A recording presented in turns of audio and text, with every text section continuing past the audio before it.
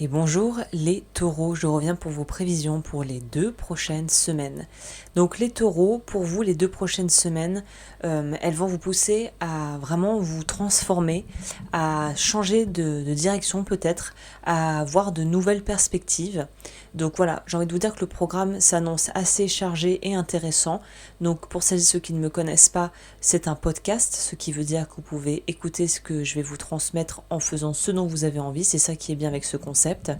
Et on va aller voir ce qui se passe au niveau de la vie générale, professionnelle, sentimentale. Et on finira par des conseils complémentaires, ce que je peux vous donner en lien avec votre signe et ce qui se passe actuellement pour vous, notamment au niveau peut-être astro. Donc vous, les 2 prochaines semaines, elles vous invitent à un nouveau départ. Peut-être parce que vous avez besoin de prendre du recul, peut-être parce qu'il y a certaines choses dans votre vie, voilà, que vous savez sont à laisser derrière vous. Vous avez envie de stabilité, vous avez envie de revenir à l'essentiel, aux vraies valeurs qui vous caractérisent. C'est le moment de marquer le début d'une nouvelle aventure, mais une aventure qui ne se construit pas dans l'improvisation.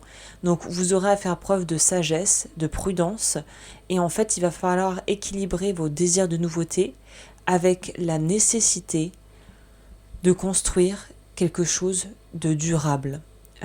En gros, faire preuve de patience, de discernement, de passer chaque étape progressivement, de poser des fondations et de pouvoir vous renouveler véritablement. Ce qui est bien, c'est qu'à l'instar des lions là, que je viens de faire au niveau des prévisions pour les 2 prochaines semaines, les lions, il y a cette notion de changement, je pense, qui est liée aussi en fait, à la conjoncture actuelle au niveau de l'année déjà solaire, puisque là, nous allons rentrer dans la nouvelle année.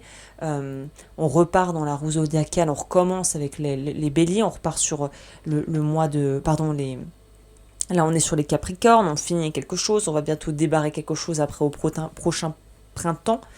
Et du coup, il y a beaucoup de choses qui sont en train de s'entremêler, qui s'entrechevauchent, je ne sais pas si c'est un mot qui se dit ça, mais en gros, qui se mettent en place. Et ça peut être un peu fouillis, ça peut être une période, là, le début d'année, où on ne sait plus trop où donner de la tête, ou au contraire, on est dans une espèce peut-être de léthargie, de je sais pas, un petit ras-le-bol, en fait, de tout ce qu'on a dû faire. On a envie de souffler, on a envie de se retrouver, de récupérer émotionnellement, physiquement. Pour certains, peut-être et certaines, ça a été une période un peu d'excès, peut-être trop de boissons, trop de nourriture, trop de stress. Donc là, c'est une période où on a besoin de reprendre nos esprits, si vous voulez. Là, ce qui est bien avec vous, c'est qu'on voit que dans les énergies générales, on voit que c'est on amorce un début de quelque chose plus que la continuité. Donc je pense qu'on amorce quelque chose de nouveau, mais pas dans une notion, il n'y a pas de précipitation, il n'y a pas voilà, de lourdeur comme certains autres signes peuvent le ressentir actuellement. Donc ça, c'est pas mal.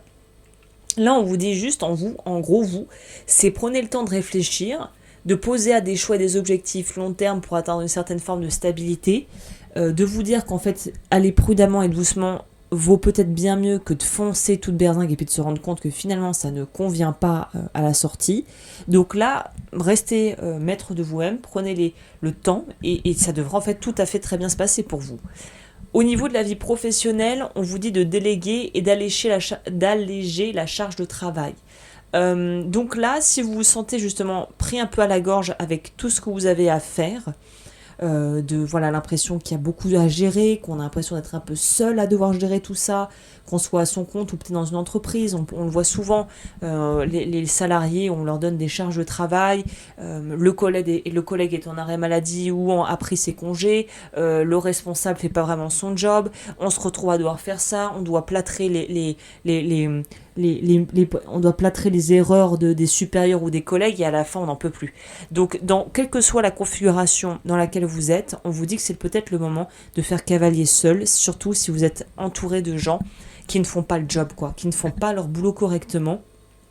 Et on vous dit, en fait là, peut-être que c'est la période de mettre à profit tes talents, tes ressources, ce que tu sais faire, ou que tu fais bien en tout cas, pour avoir une chance de pouvoir développer de nouvelles alliances, un nouveau réseau, un nouveau cercle pro qui va amener vers autre chose de peut-être beaucoup plus gratifiant finalement et qui va, dans le même cas aussi, dans la continuité de ça, vous aider à pouvoir vous décharger d'une partie du job ou de votre boulot que vous faites, mais que finalement vous pourriez déléguer très facilement, ou à qui vous pourriez rendre la charge de travail que vous avez prise, mais qui à la base ne vous appartenait pas aussi. Ça pourrait être ça.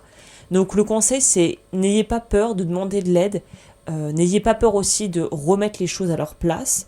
Et la collaboration pourrait être quelque chose de très fructueux, de très pérenne pour vous dans l'avenir, notamment si au niveau pro, vous visez quelque chose de plus exponentiel, où on pourrait développer une entreprise ou quelque chose comme ça.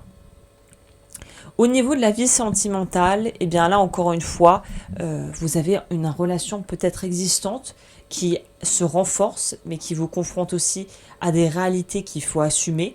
Et si vous n'êtes pas encore en couple, il se pourrait aussi que vous rencontriez quelqu'un ou que vous ayez rencontré quelqu'un très récemment qui vous fait vous rendre compte en fait que vous êtes dans une phase où il faut développer. C'est un peu la récurrente dans tous les aspects de votre vie.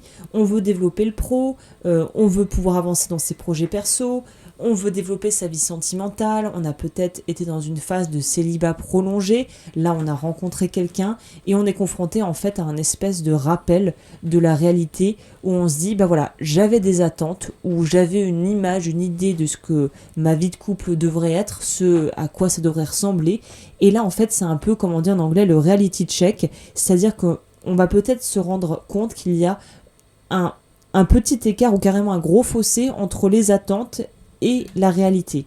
Donc là, ne soyez pas vraiment dépité si c'est le cas. De toute façon, il y a forcément quelque chose qui va germer de tout ça si on prend un peu le temps de se dépatouiller entre ses croyances, ses envies, celles du partenaire ou de la partenaire. Il pourrait y avoir des situations du passé qui referont surface. En fait, ça va peut-être juste vous titiller là où ça fait mal, mais justement pour pouvoir vous sortir de ça. C'est souvent comme ça. Moi, j'aime à me dire que là où on est challengé et où ça pique, c'est parce que justement, il y a quelque chose qu'on n'a pas réglé et qu'on a l'opportunité de le régler. Donc voilà.